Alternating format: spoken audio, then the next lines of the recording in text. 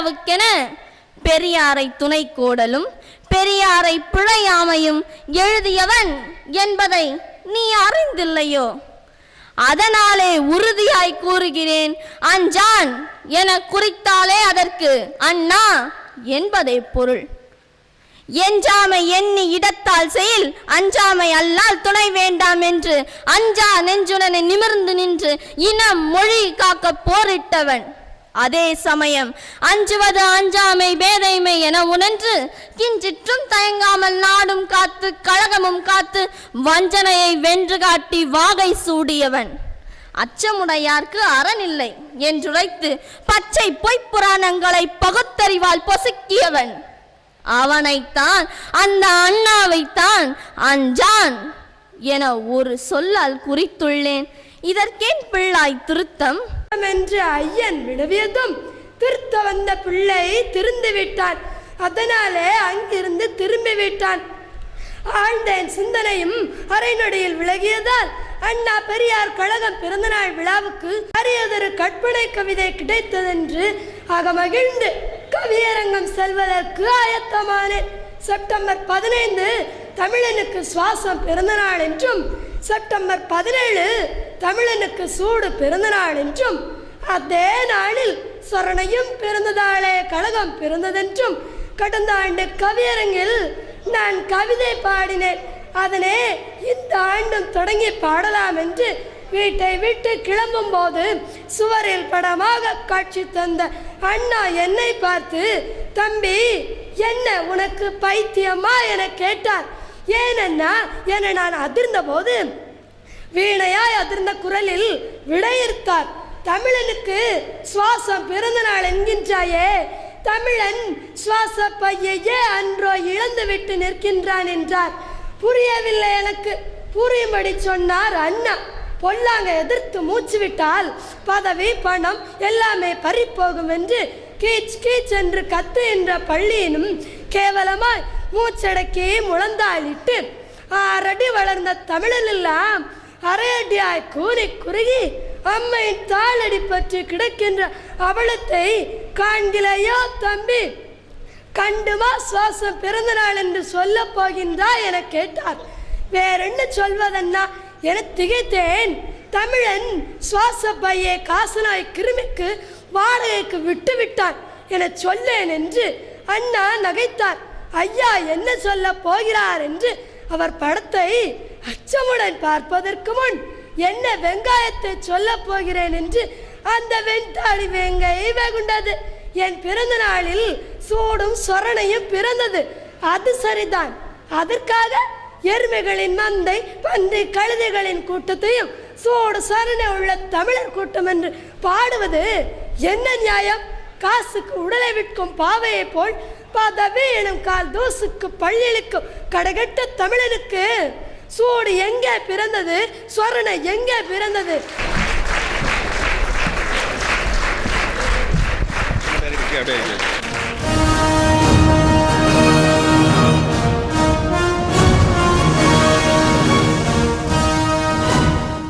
இந்த நிகழ்ச்சி நடத்தி இந்த 2 நாள் இந்த மாணவர்கள் அந்த பெற்றோர்கள் சந்தோஷத்தை பார்க்கும்போது என் மன நிறைவுன்றது இந்த நிகழ்ச்சி தான்.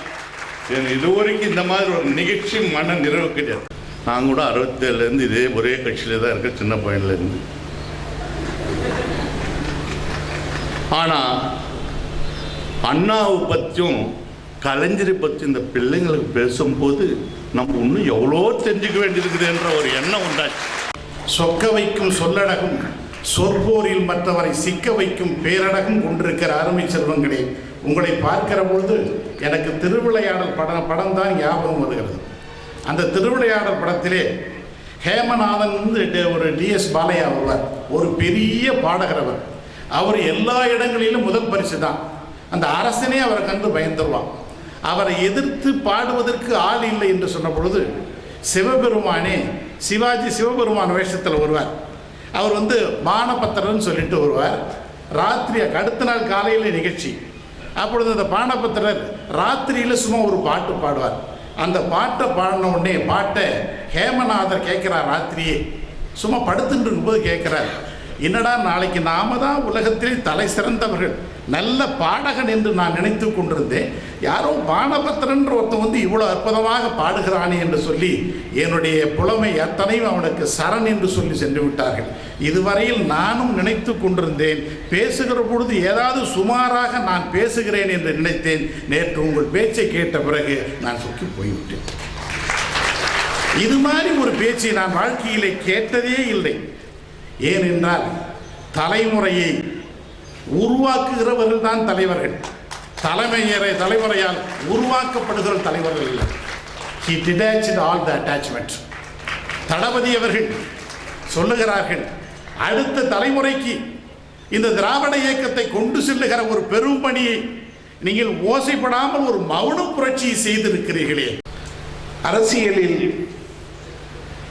ஆண்டுக்கு 5 ஆண்டுக்கு ஒரு முறை ஆட்சி மாறும், வரும், போகும். அது நிரந்தரமானதல்ல. ஆனால் இயக்கம் நிரந்தரமாக இருக்க வேண்டுமே. இயக்கம் இருந்தால்தானே ஆட்சியை பிடிக்கலாம். ஆட்சிக்காக துவக்கப்பட்டதல்ல இந்த இயக்கம். இயக்கம் என்பது வேறு, கட்சி என்பது வேறு. திராவிட முன்னேற்ற கழகம் என்பது ஒரு இயக்கம், மூவ்மெண்ட், நாட் பார்ட்டி. கட்சிக்கு பார்ட்டிக்கு இயக்கத்துக்கு என்ன வித்தியாசம் என்றால், கட்சி ஒரு தேர்தலில் தோற்று போனால் சில நேரங்களில் காணாமல் போய்விடும். எத்தனையோ கட்சிகள், ராஜாஜியால் ஆரம்பிக்கப்பட்ட சுதந்திரா கட்சி, சீர்திருத்த காங்கிரஸ், ஜனசங்கம், ஜனதா கட்சி, இவையெல்லாம் ஒரு தேர்தலில் தோற்று போனால் காணாமல் போய்விடும். ஆனால் ஒரு இயக்கம் இருக்கிறதே, அது காலத்தை வென்று நிற்கக்கூடிய ஒன்று. அது இந்த திராவிட இயக்கம். எனவேதான் இது திராவிட முன்னேற்ற கழகம், கட்சி அல்ல, இயக்கம். என் குடும்பத்தை பற்றிக்கவில்லை, இந்த இயக்கம் எப்படி போய்விடுமோ என்ற காரணம். எனக்கு இந்த இயக்கத்திலே அவ்வளவு பற்று பாசம். இங்கே ஒரு சகோதரி சொன்னார், அது இல்லாவிட்டால் நான் இங்கே பேச முடியுமா என்றால், அந்த இயக்கம் இல்லாவிட்டால் நான் மட்டும் இங்கே பேச முடியுமா? எனவே ஸ்டாலினுடைய, தளபதி ஸ்டாலினுடைய மகத்தான பணி, இந்த இயக்கத்திற்கு சந்தடி இல்லாமல், ஆரவாரம் இல்லாமல், வெட்டுக்களை கிளப்பாமல், அப்பா ஒரு யுக புரட்சியை செய்திருக்கிறாய், யுக புரட்சியை இந்த இயக்கத்தை பொறுத்தவரையில். எனவே திராவிட இயக்கத்தில் வெள்ளுடை வேந்தர், TM நாயர், அதற்கு பிறகு தொண்டாற்றி வந்திருக்கிற பெரியார், அண்ணா, கலைஞர் என்ற வரிசையில் தம்பி உன் பெயரும் அழியாமல் சரித்திரத்தில் இடம்பெற்று விட்டாய். காரணம், நீ செய்திருப்பது உனக்கே தெரியாது. ஆனால் அதனுடைய பரிமாண வளர்ச்சி, இந்த உள்ளங்களை வேறு யார் மாற்ற முடியும் என்று கருதுகிறீர்கள்? எங்களை போல இருக்கிற வயதில் எங்கள் உள்ளத்தில் விழுந்த விதைதான் இன்றைக்கு இவ்வளவு வெறியோடு என்னை பேச வைக்கிறது. எனவே இளம் உள்ளத்தில் சிந்திக்கிற அதனுடைய உள்ளத்தில் அந்த கருத்துக்களை பதிய வைத்திருக்கிறாய். எனவே திராவிட இயக்கத்தை தாங்கி பிடிப்பதற்கு ஒரு தடந்தோழன் இருக்கிறான் என்ற நிறைவு எனக்கு இருக்கிறது என்பதிலே மட்டற்ற மகிழ்ச்சி. உன்னை பாராட்டுகிறேன், புகழ்கிறேன், போற்றுகிறேன். வேறு எப்படி உன்னை வாழ்த்துவது என்றே எனக்கு தெரியவில்லை. இந்த ஆண்டு 6வது ஆண்டாக இந்த போட்டியை நாம் நடத்தி கொண்டிருக்கிறோம். ஆக அந்த வகையில் பேரறிஞர் அண்ணாவுடைய பிறந்தநாளை ஒட்டி இந்த 6 ஆண்டுகள் ஒட்டுமொத்தமாக சேர்த்து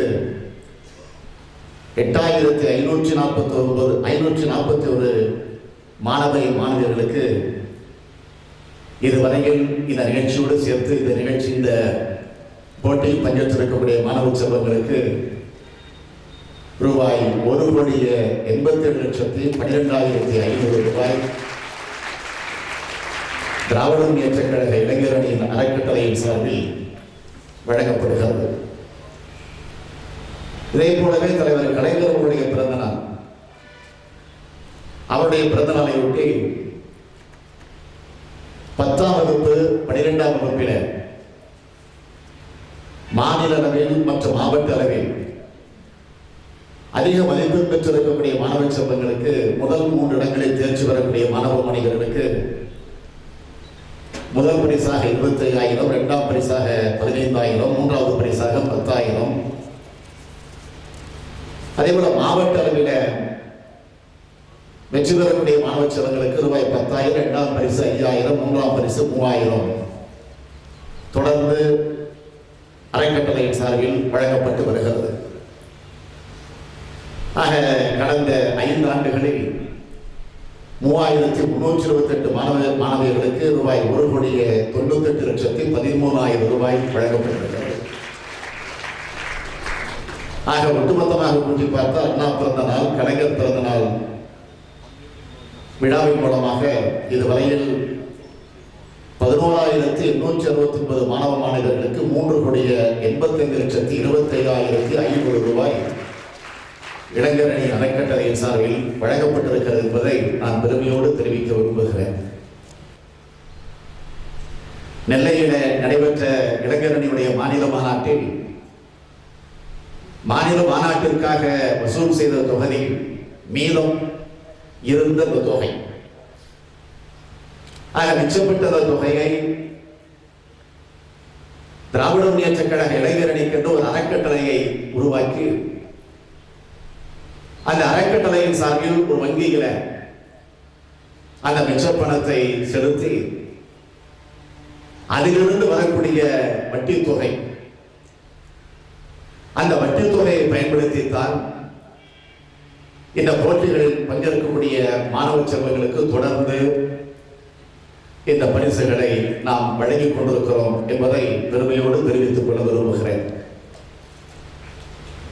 உரையாற்றுவர்கள் எல்லாம் குறிப்பிட்டு சொன்னார்கள், பெருமிதத்தோடு இருந்தது. நம்முடைய மாவட்ட செயலாளர் காந்தி அவர்கள் பேசுகிற இடத்துல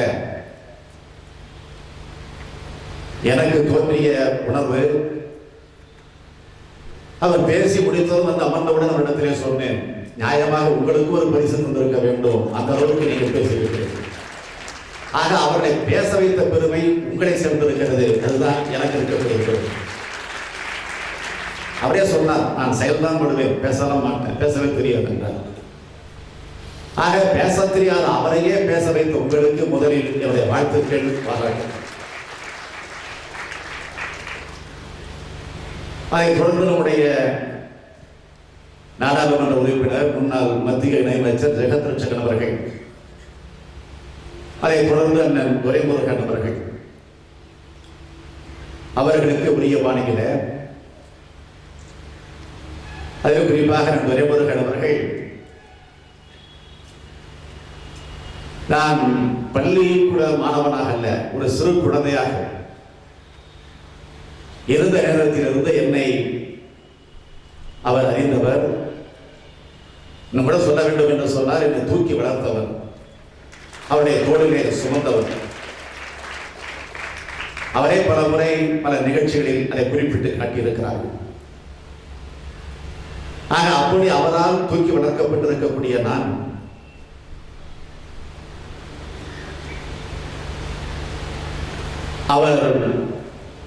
அவருக்கு இன்னும் நினைவிருக்கும் நான் கருதுகிறேன். இன்னும் என்னுடைய நினைவிலே பசுமையாக பதிந்திருக்கிறது. 71ஆம் ஆண்டு அவர் சட்டமன்ற தேர்தலில் நின்ற நேரத்தில் அவருக்காக பிரச்சாரத்திற்கு நான் வந்தேன். அப்படி பிரச்சாரத்திற்கு வந்த நேரத்தில் கழகத்தின் சார்பில் ஒரு பிரச்சார நாடகத்தை அன்றைக்கு முரசே முழங்கு என்கிற தலைப்பில் அந்த நாடகத்தை நானே நடித்து நானே நடத்தக்கூடிய அந்த வாய்ப்பை பெற்றவர். வாய்ப்பை எனக்கு வழங்கி அன்றைக்கு என்னை பெருமைப்படுத்தியவர். அதற்கு பிறகு தொடர்ந்து இன்னமும் என்னை ஊக்கப்படுத்திக் கொண்டு உற்சாகப்படுத்திக் கொண்டு அதற்கெல்லாம் முத்தாய்ப்பு வைத்தது போல இந்த நிகழ்ச்சிகளை என்னை பெருமைப்படுத்தி பேசியிருக்கிறார் என்று சொன்னால் அந்த பெருமைக்கெல்லாம் காரணகர்த்தாக்களில் நீங்களும் ஒரு மிக மிக முக்கியமான ஒருவர் என்பதை என்னால் நிச்சயம் மறந்துவிட முடியாது. இது போன்ற நிகழ்ச்சிகளை நடத்துகிற நேரத்திலே தான் எல்லோரும் சொன்னார்கள், துணை முதலமைச்சராக இருந்திருக்கிறேன், உள்ளாட்சித்துறை அமைச்சராக இருந்திருக்கிறேன், மேயராக இருந்திருக்கிறேன், சட்டமன்ற உறுப்பினராக இருக்கிறேன், இப்பொழுது பொருளாளராக இருந்து கொண்டிருக்கிறேன். இந்த பொறுப்புகளை பற்றி எல்லாம் எடுத்து பேசுகிற நேரத்தில் அதிலெல்லாம் கிடைக்காத சுகம், அந்த பெருமை, இது போன்ற நிகழ்ச்சி நடத்துவதன் மூலமாக கிடைக்கக்கூடிய பெருமைக்கு ஈடாக எதுவும் இருந்துவிட முடியாது. மாணவர் சமுதாயத்தில் இருக்கக்கூடிய நீங்கள் வரக்கூடிய காலத்தை நிர்ணயிக்கக்கூடியவர்களாக இருக்கக்கூடியவர்கள் நீங்கள். ஆக அந்த நிலையில் இருக்கக்கூடிய நீங்கள் இந்த இனத்திற்கு, இந்த சமுதாயத்திற்கு உழைத்திருக்கக்கூடிய நாமெல்லாம் இன்றைக்கு தலைநிமிர்ந்து சுயமரியாதை உணர்வோடு நாட்டிலே நடமாடி கொண்டிருக்கிறோம் என்று சொன்னால் அதற்கு பாடுபட்டிருக்கக்கூடிய தலைவர்கள். அந்த தலைவருடைய வரலாறு, அவருடைய உழைப்பு, அவருடைய உணர்வு, அவருடைய கொள்கை, அவருடைய லட்சியம், இதை நீங்கள் மனதிலே ஆழமாக பதிய வைத்துக் கொண்டால்தான் நாம் எண்ணிய எண்ணங்களை நிறைவேற்றிட முடியும். சமமான கல்வியை ஏழை பணக்காரன் என்கிற பாகுபாடு இல்லாமல் சமுதாயத்திலே, பொருளாதாரத்திலே வேறுபாடுகள், பாகுபாடுகள் இருக்கலாம். ஆனால் கல்விகளை மாத்திரம் எந்தவித வேறுபாடு இல்லாமல், பாகுபாடு இல்லாமல் வழங்கிட வேண்டும். ஆக சமமான கல்வியை தந்திட வேண்டும் என்பதற்காகத்தான் தலைவர் கலைஞர் அவர்கள் முதலமைச்சர் பொறுப்பில் இருந்த நேரத்தில் சமச்சீர் கல்வி என்கிற திட்டத்தை கொண்டு வந்து நிறைவேற்றினார், நிறைவேற்றிக் கொண்டிருந்தார். ஆனால் இடையில தேர்தல் வந்தது. தேர்தலில் திமுக தோற்றது, அதிமுக வெற்றி பெற்றது. ஆக ஆட்சிக்கு வந்தவர்கள், புதிதாக ஆட்சி பொறுப்பை ஏற்றவர்கள் என்ன செய்திருக்க வேண்டும்? அந்த சமச்சீர் கல்வியை தொடர்ந்து நிறைவேற்றுகிற முயற்சியில் ஈடுபட்டிருக்க வேண்டும். ஆனால் என்ன செய்தார்கள்? ஆட்சிக்கு வந்தவுடனே முதல் சட்டம் சட்டமன்றத்தில் ஒன்று நிறைவேற்றப்பட்டது. சமச்சீர் கல்வி ரத்து. ஆக அதை எதிர்த்து நீதிமன்றத்திற்கெல்லாம் சிலர் சென்றார்கள். நான் அரசியல் பேசுவதாக யாரும் கருதிவிடக்கூடாது. அரசியல் பேச வேண்டிய அவசியம் இல்லை.